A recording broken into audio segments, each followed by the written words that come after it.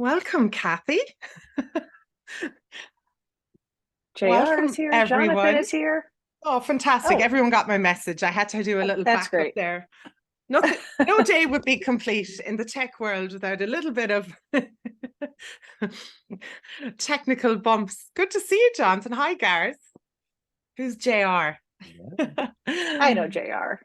You know JR. Oh, perfect. There we go. It's going to be an intimate session. I'll keep an eye on the room. Janine got the message. Yeah. I think I might have been very adventurous trying to do my first Facebook Live. And things did Sometimes it not. works and sometimes it doesn't. Some it does. So welcome. Lovely to meet you, JR. Good to see Jonathan. It's been a while. Janine, Hello. it's been great. I'll keep an eye in the waiting room. Thanks for joining us. Obviously, the topic of the century. Does everyone know Cathy? Maybe you do a little introduction. I'm Cathy. I am the Chief Growth Officer at the Marketing AI Institute. I've been there for about 2.5 years already, which went so You're fast. kidding. That's I gone. know. And I'm Clodagh. I'm an agency coach and consultant, and have also started probably the first agency community run by agency owners. And you hear a little bit more about that as we go on. But today is about agency AI for agencies, the summit that's coming up. I could see one coming up and it sparked an interest. I coach agencies all around the world, and I have some clients now saying that they're overwhelmed. So if people in the digital marketing industry are overwhelmed, God love the general public. And so I reached out to Cathy to go, well, let's break down some things and where would we start? Because I always send agencies to the Marketing AI Institute. If anyone doesn't know, Paul Raitzer has been in this space for nigh on 10 years. So you guys are my holy grail, and who better to reach out to diffuse this AI for agencies conversation than you guys. So I'm looking forward to this. Yes, me too. I'll keep letting you in. So starting off first, we had a small agenda there about, we wanted to just start off with some tools, some ideas, use cases. What's the kind of, when people are starting with this, it is drinking from a fire hose. It can feel like that. What's your recommendations for AI for agencies? Hi, Allison. I really just want to, I started at 2 agencies. So as in the past 2.5 years, as things are happening, I was like, gosh, that would have been so useful. And when I was working at the agency, just so many of the things we're doing are so repetitive. We're just running monthly reports or whatever that cadence is. We're doing RFPs. We're doing all these things over and over and over again. You're customizing them to your clients and customizing them to your prospects and everything. But a lot of it is very, very repetitive, especially when you're talking about your capabilities, your team structure and things like that, that it's like, if you just had a tool to help you through some of that process, it just would be really nice. Things about like discovery, when you're working on a new business pitch and you're in that discovery mode, how can these tools help you? And then once you are working with your current clients, how can you automate some of those monthly reports? How can you do some things like that? And then how can you even use some of the generative AI tools for your clients? Yeah. And can you, which is a big sticky point right now. And so discovery, but we'll start there because I think that's the first part. We can leave kind of the marketing and all that sort of, but when the client is in discovery, give us an idea of what types of tools, or what would that look like from that point of view? How can an AI tool or tools help with the discovery call?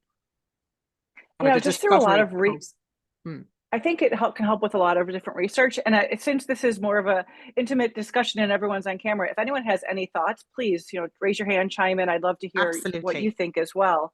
If you're doing anything, I know Allison is doing quite a bit with her clients. So many of these tools now, you can go in, you can do some research. And while I wouldn't use AI tools to do like real good research, but it can help you things like, what kind of questions should I be asking these clients? What kind of, and some of that, getting some things out of your head onto paper, getting some questions like how can you approach this in a certain way? A lot of these generative AI tools are very, very good at that. If you're trying to find if you're in the legal field and you're trying to find some cases and things like that, I would not use AI. I would use the way you've been doing it, because it's wrong a lot of times. It's hallucinating, but I think it can just help you in a lot of different ways, from getting things out of your head to better process them, so you can present things in a way that your customer would like to see it.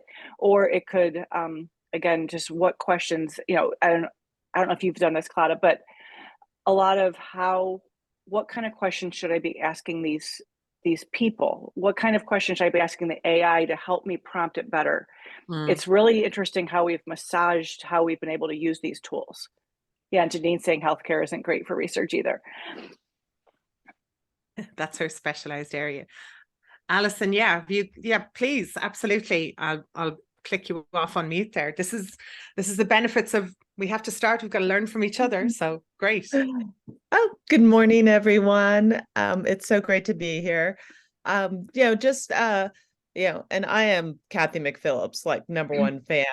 But just to add to what she's saying, so I am a B2B marketing consultant, and I do a deep dive into cybersecurity in particular. That's one of my main clients. And what I find AI is really useful for example, with Claude AI, my clients give me very dense, very lengthy solution briefs that are usually like 14 or 15 pages long. And so being able to upload them into a solution such as Claude AI and ask the tool to give me what are the top 5 feature benefits for my client's cyber security mesh architecture solution, and have that generated for me. And then to Cathy's point, ask the tool to give me what are the top 5 questions a chief information security officer will have about this solution, and what are some of the questions I can ask to gain more information about their situation. So that's been like the what am I not thinking of? Exactly. The tools are really good at that. Can you spell that for me, Alison? I haven't heard that. I'll type the tool into the chat box. I'm sorry? Could you spell that tool for me, or that AI, Claude? Oh, absolutely. Thank you. The other thing that, and I want to play around with this, large language models, from what I understand, they're very good at making analogies. And today's B2B sales pros, they're more like sense makers, because their clients, they're already self-educating themselves on their solutions. However, a lot of times the prospects or the customers, they just get overwhelmed with information, and then they get confused. And a confused buyer, in my experience, is an inactive buyer.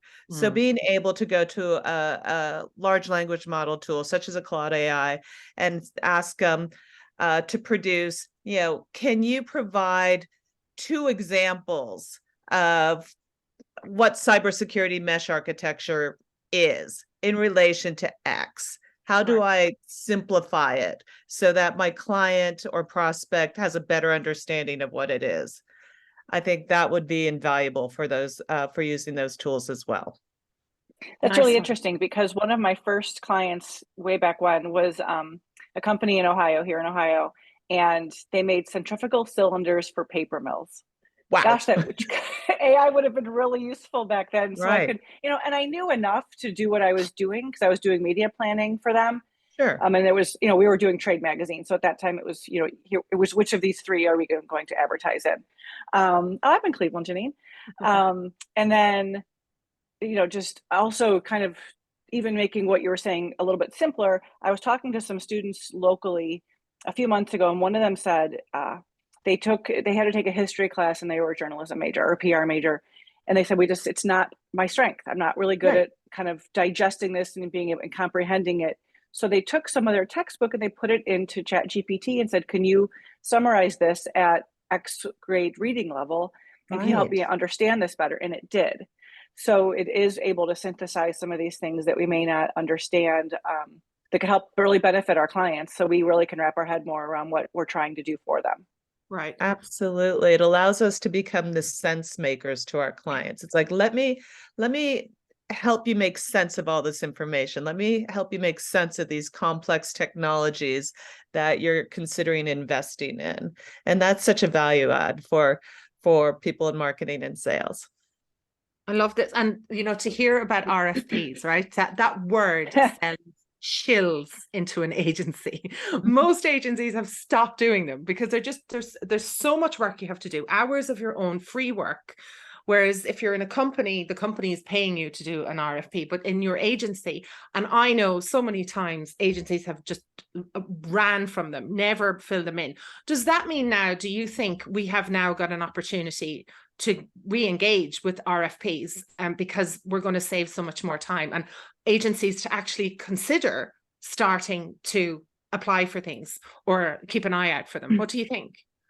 Just because they may have the bandwidth to use some of these tools in the psych, and it's just a shorter process. Right. Yeah. Yeah, that's a really good question. I know I haven't been out of the agency world for about 20 years, 25 years.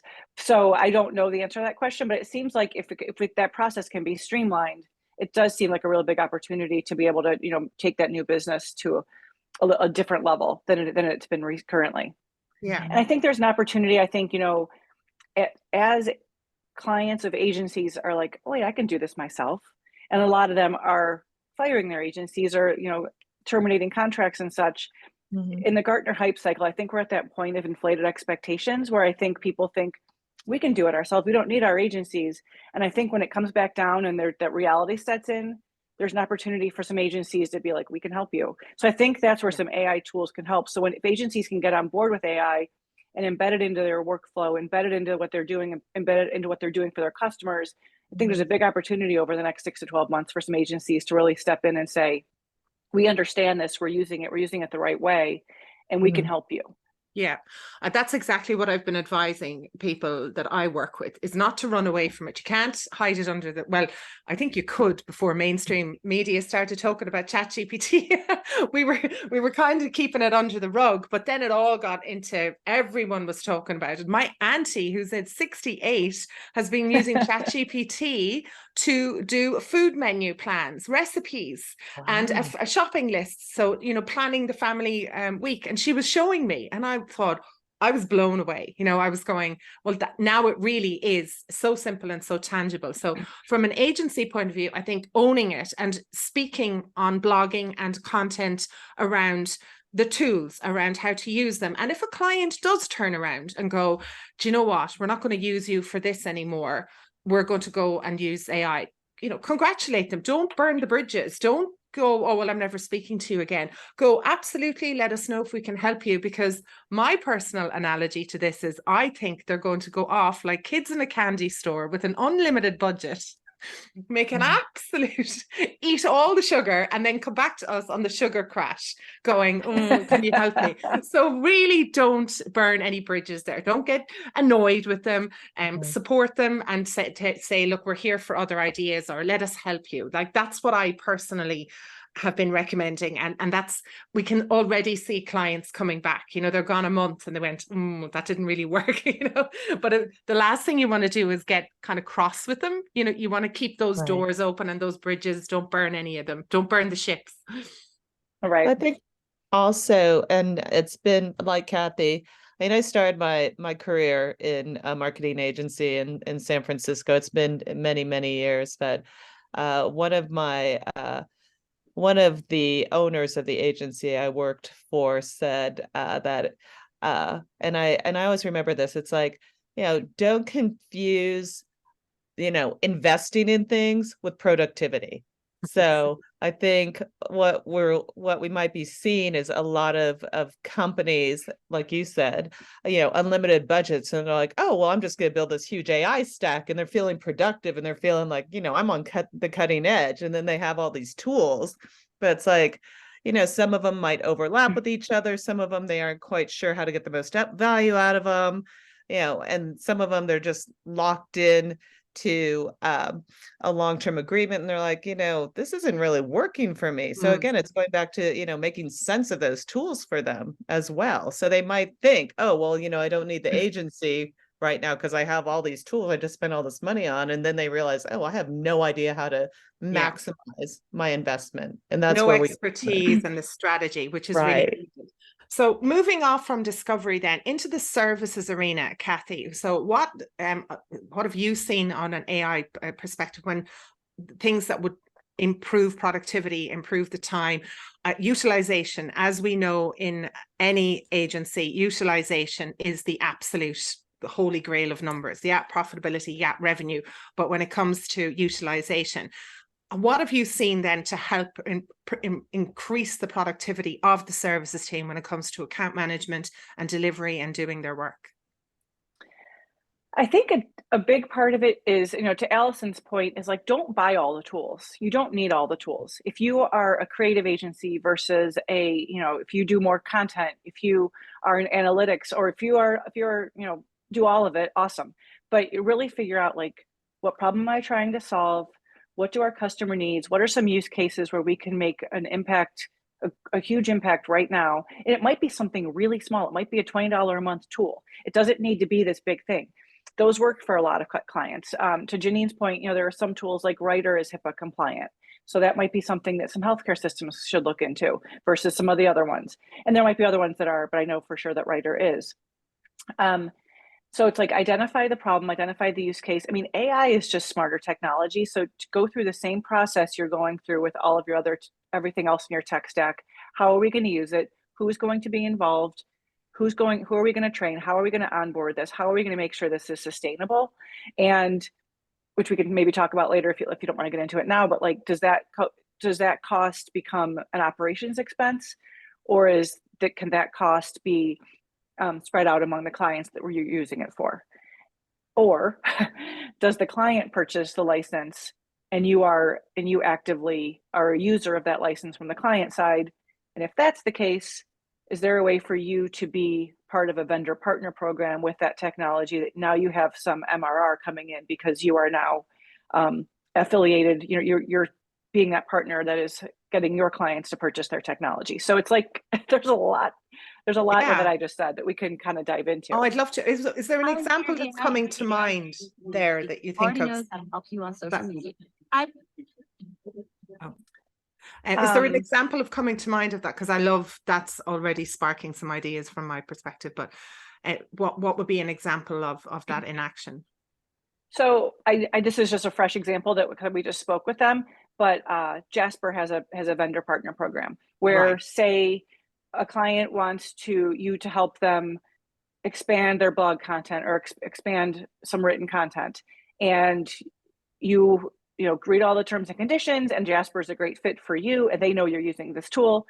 They purchase Jasper because they want to own it internally, and you then become a licensed user of Jasper's tech because because the agency was the one that connected Jasper to your client.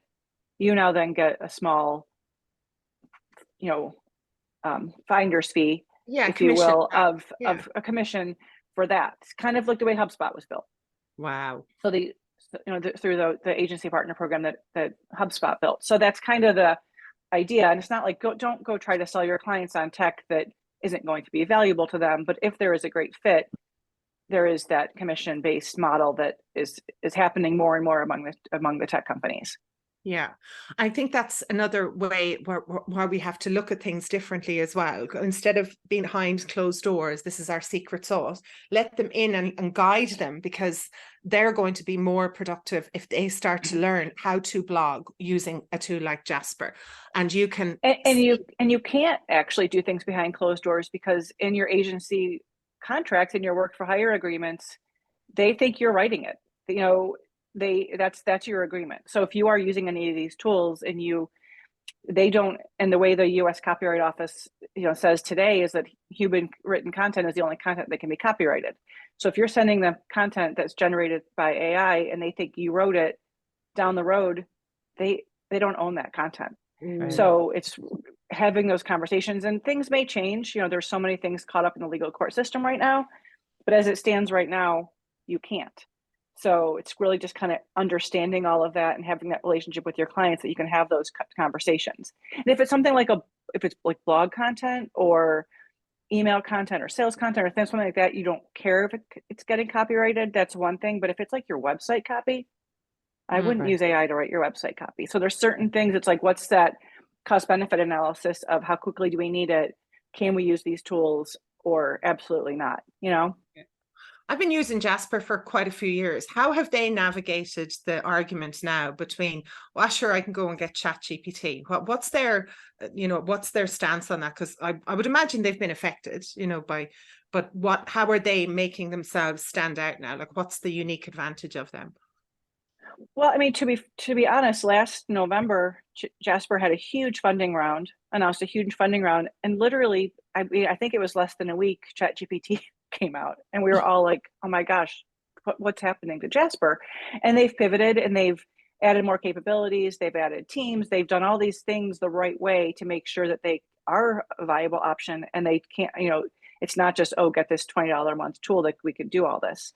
So to be honest, I don't know a ton about that, what they're doing, but I know that they are making significant strides to make sure that it is a different product. And as we move through the services, any other things around account management or any technology, anything that you're seeing that is popping up when it comes to managing the client, like that whole area of services? I just think I'll just keep going back to making sure that the tech is matching the need, and just making sure that you're going through your due diligence and making sure that you're getting the tech for the right reason and that your teams are equipped to use it. Yeah, and not going and getting too many at one time. I've been coaching them with my agencies to go, and maybe one person in the team, you vote on it and going, in my role, so the account managers, you'll go maybe 5 account managers, and across the 5 of them, each one of them is going to try one new AI tool for 90 days or a month or whatever it is.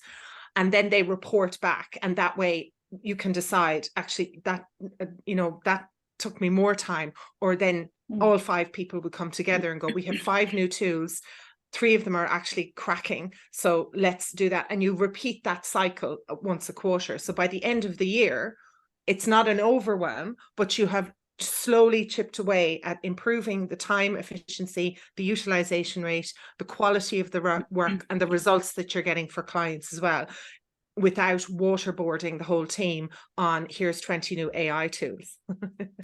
And that's something we're doing, and I'm in a very good position where that we have the flexibility to test tools at our company because that's what we do. Yeah. But we just hired someone, her name's Claire, and she's helping me with the podcast process. And I said, here are literally 43 steps I take every single week to go through from when Mike gives me the MP4 to me doing all the distribution, all the repurposing, etc. And we use about 6 tools right now. And I gave it to her and I'm like, find more efficiencies. Tell me what I'm doing wrong. Tell me what I can be doing better. She's like, really? I'm like, please, it's our process is standard, but like, are there ways we can spend 2 hours a week just diving into new tools and testing them to see if there's a better opportunity for us? So giving your team enabling them and giving them some room to do things like that in a way that is safe for your clients and your customers is really important. But maybe there's some things within the agency as a whole where you can test them out for like business development or something like that, where it's using the agency as the client versus one of your clients. Unless you have a client who's like, giving you a little bit of room to do that. And is that part of the resources the Marketing AI Institute has, because you're testing these things, you're looking at them, and you've got resource section, or you're reporting on, or you're giving the qualifications? How do you guys vet? We're pretty tech agnostic as far as what we're telling people that they should be considering, but we do share a lot about the tools that we've used and we've tried, and we have some technology spotlights on our website that Mike and Paul will talk to these tech companies and have these conversations about is there really AI in your tech? Where is the AI? How is it different? And it asks them a series of questions, and those are on our website. So we do make sure that anyone on our website really is legit AI. So that's a good resource. And then again, we just share a lot about the things that we're using. But if you could go to our website and say like AI and advertising, AI and data, AI and things like that, we do have 8 to 10 tools for each of those disciplines that Mike has listed. But again, Mhm. it's changing so quickly. So a lot of it is like going to Google and saying what tools, I'm trying to do AI for my social media, streamline social media. What's out there? And it'll Right. give you some examples. Then it's still a little bit of digging. Like Scott Brinker's 11,000 icon, marketing landscape. The AI one's getting pretty substantial as well. So Sequoia Capital is trying to keep track of all the AI tools, and Right. it's growing and growing and growing. Yeah, it is. It is without a doubt. I don't know how Scott could even keep up. No, I don't either. That's a full-time job.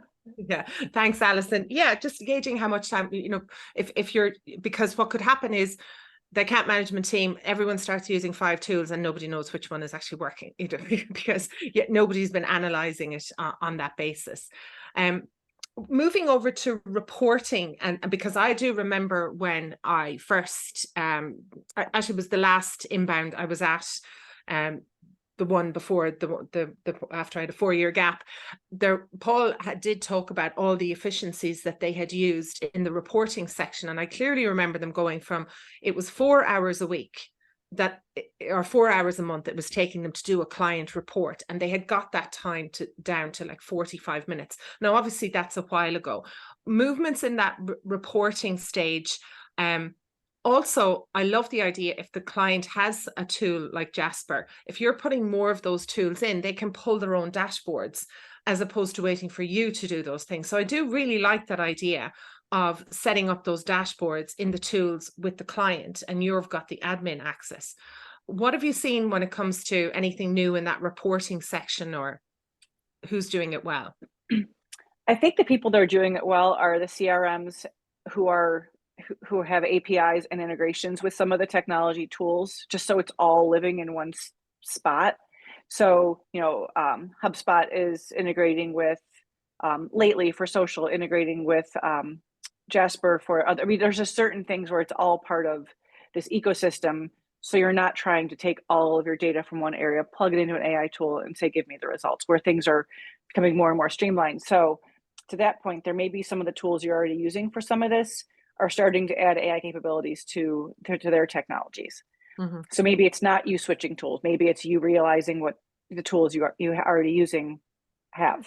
Yeah, like there was a huge theme at Inbound this year, all about the AI advancements that HubSpot's starting to bake in. Canva is another example. Funny enough, just doing, Cathy and I, this was a very ad hoc last minute idea to get together and talk about AI for agencies in light of the summit coming up in a few weeks' time. And I went to Canva and I put in 5 keywords for the image that of the social media post that I wanted to create, and it gave me hundreds in a matter of seconds. Now I know how to build a social media post, but it brought it in a way that was such ideas. So these technology companies are baking them in. So sometimes it's a matter of, like you said, don't be running off. Ask what's coming. I just saw Dropbox has said, yeah, they're doing the work. So it's not about you reinventing the wheel. So Agorapulse, who I'm a huge fan of Agorapulse, they have now added generative AI capabilities to their technology, and I love their reporting. So maybe it's, you like your reporting is okay, but you really wish there was some other AI baked into it. So now I can use some generative AI in Agorapulse to schedule some social posts because the reporting actually has been great. That's one example. And then, do you remember the technology Widen, which was a digital asset management company? I knew them years ago when I was at CMI, and they were acquired. They now are Acquia. And I was talking to Jake at Acquia a few weeks ago, and I was like, I think like dams are ripe for AI. Just how are we using, what ad was used, when did it run, where did it run, what were the results, and having the systems analyze all of this for you in real time versus you saying, okay, print out, show me the analytics and let me try to find out what we should be doing next. It's going to just tell you, it's going to do it for you. Where I think that's a really big opportunity, where it's analyzing all of this data that we just don't have the capability to analyze because there's so much of it, or finding trends and finding anomalies that the human eye just wouldn't have seen in the first place. Nice. Can you share in the chat box there, just so I don't misspell anything? You know, with the you know what us Irish are like, we're brutal at spelling things. Well, I am anyway, that's for sure. And I'd love to hear more about, yeah, so that particular platform, that's fascinating. And imagine you could do analysis on your competitors as well to go, well, what ads, you know, what are the ads that are working? And you go, well, I do like that, but I can do it better. Brand ops. I'm just going to keep going to Google and finding these links. Brand ops is one that we've been that they have a competitive tool within their platform. And Agora Plus, explain more about what you meant with that company. It's Agora Pulse, and I'll throw that in Pulse. a second, yeah. after I finish talking. So Agora Pulse, it's just a social media community management platform. It's just such a beautiful interface and such a good user experience. You can have all of your tools or all your accounts synced in, and it's just a great way to manage your community. But now and then the reporting is very clean, very crisp. So it's great for, being able to do all of that. And if you are using Agora Pulse for your clients, the reporting is just fantastic. It pulls out some key things. The graphs are great. It's pretty and all of that. But now they added generative AI to the post. So say I wrote a post about podcast episode 68 is running this week, and they talked about X, Y, and Z. I can go in and I can say, make this post persuasive, informative, engaging, interactive. So however I want it to tweak it, it'll rewrite it for me. So I love writing, but I don't always love writing social posts. So by using some of these tools to help me do that, it's giving me my time back so I can actually be in my community, being social the way I'm supposed to be doing it, and not writing social posts. So It's giving me time to learn more about my community, spend more time with my community versus writing a tweet, Yeah. Alison had a question there about, do you know how to help you schedule your social posts when it comes to Agora? You can just upload a spreadsheet with your times and with your channels, and it just, similar to a HubSpot where you can upload a spreadsheet and it just schedules all of it for you. It's really great. That's very cool. So when it comes to agencies, leaders in the space, obviously we know PR 2020 has moved on, and they were the guinea pigs when it comes to all things AI. Who are you seeing in the agency world? Like, what are you seeing that are leaders in this when it comes to embracing the technology, talking about it, engaging with it, and getting great results? Probably my favorite example right now is Patrick Patterson at Level Agency in Pittsburgh, Pennsylvania, here in the US. He actually is he's got a data background, and he is the president of Level Agency. And he really has been trying for way longer than ChatGPT to figure out how can he bring these efficiencies into his agency to make them more streamlined, to make their clients happier because they're doing things faster and better. And so they can spend time doing the things they love. And I think that's one thing we keep pushing folks toward is like, we're doing this stuff anyways. Why can't we find tools to help us do some of the things we have to do to focus on the stuff that we love? We love writing. We love being strategic. We love being creative. If you're an agency, you love being creative. And sometimes it's like, we just don't have time, So it's using this tech to our advantage so we can really focus on loving our jobs and loving what we're doing. But that was a little tangent. Now I forgot what I was even saying. About agencies that are like you've so Level was one. Yeah. Boathouse Group out of Boston is another one. And then at our AI summit coming up, Andy Crestadina at Orbit Media in Chicago. Oh my gosh, he will find something and he will embrace it and he will run with it and he will tell you every single thing he did and how he did it. He wants every agency to do what he's doing. So it's a very, great community where people are knowledge sharing, and it's not like, oh, I can't tell you because we're competitors. It's very nice to have people who are willing to share so much about what they're doing. And where could we find his stuff? Does he have a YouTube channel, or does he have a podcast, or how does he share that? Does he share it back through you guys, or? He does it on his blog, Orbit Media Studios. Nice. Yeah, he's amazing. Yeah, there's Martin Broadhurst, who's a mutual friend of ours Yes. as well. He got into this. He was in an agency, and then he went out consulting, and now he has it's Broadhurst Digital .digital is his website, and he's been in this space so long, and he's doing workshops for businesses now to help them navigate this world of AI. And he's got a fantastic newsletter that I love. The what's relevant, what's working, what did he find. And he's been in this space for a long time. And I think having what I put on LinkedIn a few weeks ago was, it's the Marketing AI Institute. It's definitely Martin's, because he has been an agency, so he's thinking with that, in those words, in that things that we need. I also came across another lady called Heather Murray. She's a lady in the UK and doing some great work with speaking on the topic of AI. And the post that I put up a while ago, and I'll probably reshare it when I share out this recording. And then the last one was, I go to TikTok. Like, my TikTok feed is super technical. It's just so techy. I haven't got anything fun in there at all. It's all AI and new technology that's coming, and productivity, a bit of health and fitness. But I have found a company called AI Avalanche that are just banging out really simple, straightforward things. And I think if you have 3 or 4 resources, places to go, you don't need to, as we know, with agencies, I love them all, but shiny object syndrome can sometimes get in the way, and chasing things that really they shouldn't be, because they're so excited about the technology. So picking some reputable sources. Love that one with Orbit Media as well, because he's in the agency space, which is going to really help. Right.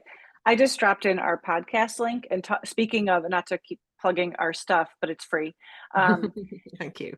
With just having a few resources, Paul and Mike every week, every Tuesday morning at 7 a.m. Eastern in the US, the episode drops. But it's amazing because they cover 15 news stories, and it's just like, okay, that's where I go each week. It's so easy to get bogged down in all this news. How do I keep up? It's just too much and get overwhelmed. So I let them be the ones that get overwhelmed, and they can break it all down for me and kind of tell me why it matters. What's the news? Here's what happened. What does it mean for me? What does it mean for my business? And what should I be looking for in the future? And it just makes it very digestible to understand all of it. So it's really helpful. And with those tools, they can help with all these resources that we're giving. That's how agencies can stay relevant and also not go down through rabbit holes. This is here for a while. Like I said before, the companies are doing this work for you. You open HubSpot and it's got a whole load of new tools, and Canva's done the same thing. So I think it's a case of being aware, making micro changes in certain areas, asking the team, like, what is taking the longest amount of time? Okay, let's work on that area and see if we work on one area at a time, and over the course of a year, start chipping away. We also have to keep in mind as well, as quick as these things come up, they can be gone. Some of these are startups. They haven't got their funding.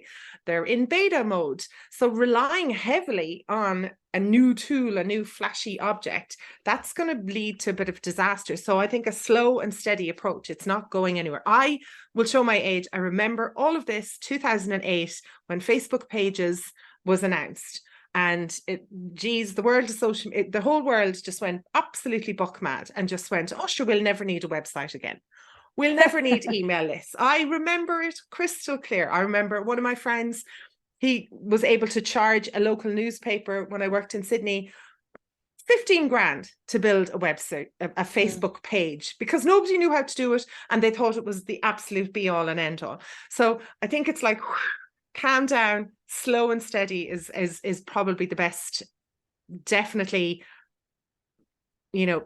words that I would give my agencies. Going, oh, it can be getting very excited about it, and the tools, the startups can't get enough data. That's a very good point. Yeah, tell me more about that, Alison. Yeah. Oh, hi, I was on mute. Yeah, so and I'm sure Cathy can jump in as well. I mean, yeah, I've been reading and researching a little bit about this. There are a lot of startup AI companies that they might have a great business model, but they can't get the data to train on because there are companies that are like, you guys are an unproven entity. I'm not going to give you my data. How are you going to use it? How are you going to store it? How are you going to secure it? And so, I predict some of these startups who aren't going to get the data, which is pretty much oxygen for these type of companies, Right. they're going to fold or Mm. be perhaps acquired by other companies. But that's kind of a trend that I'm following, and it's been written about in the Wall Street Journal, so I'm keeping track of that as well. Yeah, and that's a great point. That is a good point, because like you said, there's so many coming up. They're coming into a very environment that we are, let's just download it and let's see what happens. We're really easy to get excited about something, and it's almost like the perfect match of AI and agencies going, oh, this is great, or building a whole system on it or a whole process in your agency, and then finding out a month later they didn't get their second round of funding and they've no data and they're gone, and you're back to square one, as opposed to the slow and steady approach. Anything else from your perspective? Thanks, Alison. You've been super. This is great.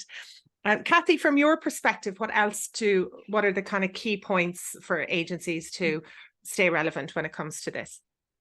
Well, when you were talking about, selecting tools, and this link I just put in, about halfway down the page, there are 2 workbooks that we use, or worksheets that we use, and they're very not rudimentary, but kind of rudimentary spreadsheets where you just basically kind of get everything out of your head onto paper and say, like me, for the podcast process, here's all the things I'm doing. Do we have a tool that we're using currently? Can we, what's the value for us to intelligently automate this? What's our ability to do it? And let's rank order these so we can find that sweet spot on where we should start, because you can't do it all. You don't need to do it all. So what's that one thing that could have a really, really big impact? So a good starting point for some folks. And you also mentioned talking about trying a tool, maybe seeing it's not the right fit. I would also caution you to maybe try it again in a few months, because the tools are changing in real time. They're iterating right in front of us. So if there's something that it's like, oh, it's just not there yet, maybe stick with it. Especially if it's something already in your tech stack. Right. And maybe you're not even using it right. That's one thing I've learned, is that as ChatGPT and these prompting generative AI tools have come about, my prompting has got so much better because I'm trying more and more, and I'm trying different things, and I'm learning new things, and I'm asking questions, so a lot of times if the output isn't what we want, maybe it's because of what we're inputting. Right. So and it's a new way. Yeah, it's a new way of thinking as well. You can think of the first time you were using Google. I know it's a very oversimplified version, but you put in one keyword, and now we've moved on to very long tail keywords where we specifically know what we're looking for. So it's learning that as well. Before we get some questions, and have a think about what you'd like to ask Cathy when it comes to where you're at in your journey. What are you thinking about? Are there any tools? I'd love to hear from an agency that going, this is my favorite tool and this is what's transformed my life. But before we do a question, with the summit that's coming up, what can agencies expect? Because I know it's a very different type of summit. It's not a presentation fest, right? Well, okay, so there's Paul's doing his opening keynote on the future of agencies, what to expect, what you should be thinking about. And then there are a couple of agency folks speaking on, I can just share that link in the thanks chat. So basically trying to say, how can agencies stay relevant? How can they start to upskill and reskill their teams? How are they going to be looking to hire in the future? Some case studies and stories are being shown. We have a rapid fire session of sorts where there's going to be 5 of us who are going through real life examples of how we're using AI right now in our agencies or in our companies. And it's going to be great. I'm excited about it. I've just been reading the abstracts and talking to the people, and it's just this is just what agencies need right now, just to kind of wrap their head around it and just stay ahead. I don't think any agency is really behind right now. But they're going to be soon. 100%. And you were super generous. Thank you very much. For anyone who is here or anyone wants to be involved, you've given us $100 off for the tickets. So I'll pop the link in there for that, which I'm very happy to be able to share. So we've got Grow at 100. We'll get you $100 off that ticket. Is it recorded as well? The recordings will be, and yeah, perfect. So with that in mind, thank you so much, Cathy. Anything else you'd like to share as a sign off? Or before that, I'd love to hear tools, tips, or any questions that you have while we have Cathy here. I think let's just see if anyone has any questions or anything that they're doing. And I'd love to hear if anyone has any other stories to share. I feel like Garrett's got one. I do too. Is it the hat? Is it the beard? Is it the Definitely the smart ass beard, look on Garrett. my You've got a face? story. Maybe you just look so friendly that I just know you want to talk. I do enjoy speaking, yes. And also love Cleveland, like the most like underrated city in like the States, in my personal opinion. But so we have used predictive AI for years. So I own a development shop south side of Atlanta. We use predictive AI for anything from the actual IDEs, the editors that we use to write code, refining searches on internal platforms for our clients. We don't currently use any generative AI tools, but we've been asked by some of our clients about specific kind of specifics of the wrong word. They want to use AI on the platforms that we're developing, and they don't exactly know why, but they've heard that it'll make their lives better. So the scenario that we've kind of bumped into, it was interesting you mentioned dams earlier. We have a client that is, we built a dam for digital asset management tool for a decade and a half ago, I guess. And they're wanting to use AI. We have a large client that makes all sorts of pesticides here in the States and globally. When they have this large collection of data, this large, lots of case studies and basically ingredient list and everything, they're asking us about AI. So my question is like, how do you address a scenario where somebody is vaguely saying we need AI to make our lives better? And we're kind of like, why? And they're like, well, you're the expert. And I'm like, well, yeah, I guess, but how do you define a purpose for a vague situation with a vague question that I'm asking you right now? I am going to find, this is an article that Paul wrote a while ago for you to read later, not right now, but I guess you could read it right now if you want to. But what he would say is, either you're going to be AI native, so when you're building this company from the ground up with AI embedded in everything that you're doing or things that you're doing. AI emergent, meaning you are starting to think about how AI is going to impact your company, and you're going to start using it to augment some of the things you're doing, or you're going to be obsolete. So I would say to your client, I'm really glad you're thinking about these sorts of things on ways to stay relevant and ways to stay ahead of all of this. But let's figure out why. Let's figure out where it makes the most sense, and what are some fundamental business problems? What are some use cases, or we can test out some things to see if it really is a viable option for us. And let's not try to boil the ocean with AI. Let's try to figure out where is one place we can start to see where we can make the biggest impact. Yeah. And that's what Paul has been doing, going out to large companies for years now as a consultant on that whole overall big picture side of things.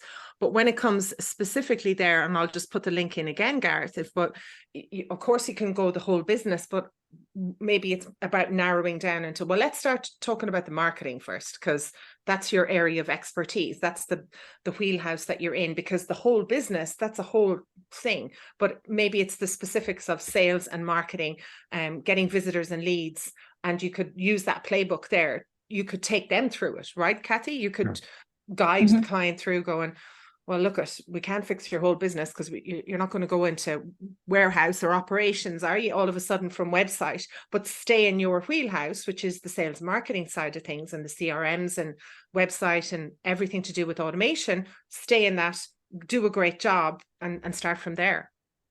And that's interesting. So this might be more for like a SaaS tech product versus an agency, but like something as simple as using an AI tool to analyze your sales calls. So if we're on a Zoom and I'm trying to sell you my technology, instead of, you know, me afterwards trying to write down like, okay, this, either we won this or we lost this, and here's what I think happened. This AI tool can watch our eyes, and it will know when I lost you or when I won, you know, and it's able to take that and we can learn from that. So if that's like something where, you know, the sales team their close rates are down, like what's going on? Like maybe that's one place to start. You know, is there, and I guess, you know, one other thing I would say is if there's a few ideas that people are willing or interested in testing, find one that's tied to revenue. You know, instead of just saying, let's just do this faster, let's find somewhere we actually could try to get the revenue to increase in a certain area. So there's lots of ways to kind of tackle that. I remember HubSpot taking on a tool. Is it Gong? Is what the tool? Mm-hmm.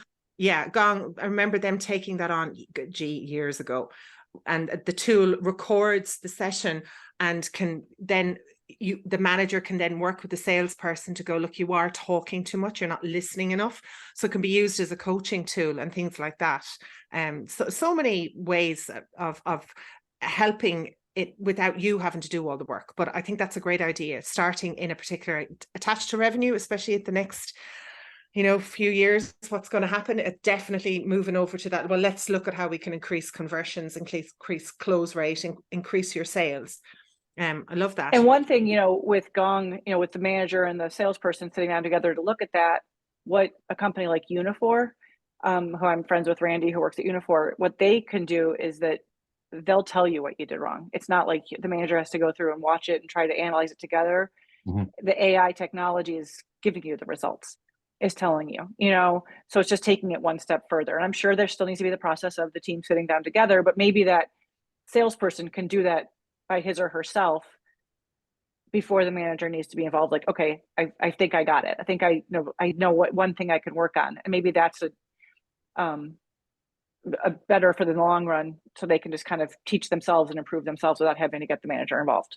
Even better. Yeah. And when you're listening to yourself on these calls, there's nothing quicker, because I get asked this all the time from the podcast side of things. You know, how do I get rid of my M's and my ums and my this? You just listen to yourself. That'll get scrubbed out fairly lively if you just listen to a few of your own recordings. Right. That's the quickest way. So I love that. Anyone else have a question or two? I just want to make sure we have enough time to cover questions or tips or anything you'd like to know. Otherwise, yeah.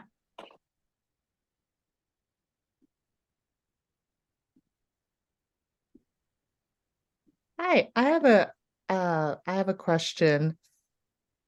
Cathy, what tools do you like to use for email and lead gen nurture campaigns? So for email, we've been playing around with rasa.io. It's rasa.io. And what we like about Rasa is, so if we're building an email program and we are a campaign and we know that we want to send, we build our lists into our 3 lists or however many segments we want. And then we set the rules, we set we have our team meeting and we're trying to figure out, okay, we're sending to director level and above marketers, or then we're sending to management level, and then we're sending to coordinator entry level folks, just for sake of kind of trying to explain this.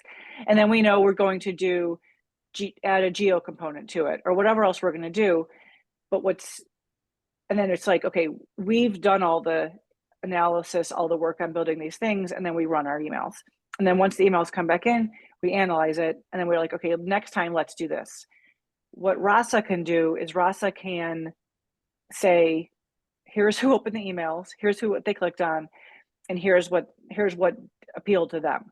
So next time you're in your campaign, you say, here's all the things that we want to include in the email, and Rasa will send out the right email to the right person without you having to really be involved, aside from the fact that you're still doing the one strategically deciding what you want out there. You know, so that's one thing from an email standpoint, is it's just like you're still overseeing everything, but it's just helping you. You might think someone is not a decision maker from a tech standpoint because they're entry level, but really from the company, they're actually the person making all those decisions. But based on the way we think about it, we would automatically think, oh, they need to be director level and above to make that decision. So we wouldn't have sent them the right message. So some companies like Rasa, Favio is another one. So, and they just keep popping up all the time. So we're trying to stay ahead of this a little bit, but I'm sure there are some tools that all of you know that I haven't come across yet. And then from a lead gen standpoint, I think I would have to talk to Mike about that one. Great. Cool. Thank you. Thank you. Anyone else? Otherwise, we'll let you all pop off and thank Cathy for getting online. Well, thanks everyone. Thanks for pivoting over to Zoom. It was actually really nice to see other people's faces and to get other ideas and kind of is, people. it's a bit more interactive because, especially I think the lives might be good for when there's absolute large amounts of people, but for this and at this very early stage for some people, having that, and great to see Janine here, who's also part of the inner circle, which is super. So thanks a million, Cathy. I do have this recorded and I will have it saved and I'll have it up online, and I'll have a transcript of all the different tools that we have here. So super helpful. Best of luck with the summit. I can't wait to see you again very soon. You take care. Bye, everyone. Thanks, everyone. Bye. Thanks, Garrett. Thanks a million, Alison. Great.